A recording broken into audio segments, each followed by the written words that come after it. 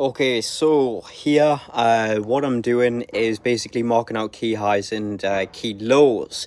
Now I used to have a concept called KHKL low range pivots, and basically what that is it's where you've got an initial pivot, high or low, and then basically you get two candles that close beneath that high or low or above, and one of them must be opposing. So if it's a high, one candle must be bearish. If it's a low, one candle must be bullish. So therefore the high, if it's then closes bearish, well then now you just need two candles that close below. Now what I'm now doing is I'm looking for like a decent trade away time from that initial pivot, right?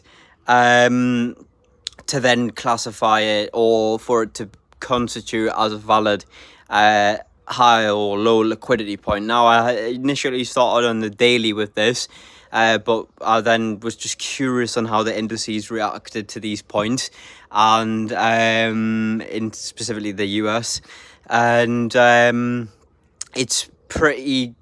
I just had a feeling that it would be good, and on the daily it was kind of shit, but on the 4 hour it's kind of okay, as you can see. But it's not as cut and dry as this, because obviously you need an entry criteria.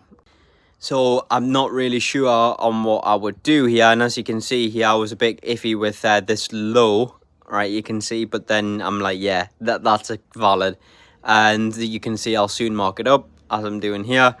And yeah, and then you're just basically going from external points to external points. We're not bothered about the internal shit. We do not give a shit, and we just wait for a clean high to form. As you can see to the left right now, at the very left of our screen, we've got some highs to form, but it's just not clean. So just leave it, and you can see here it's a low that broke the high. There we go. So there's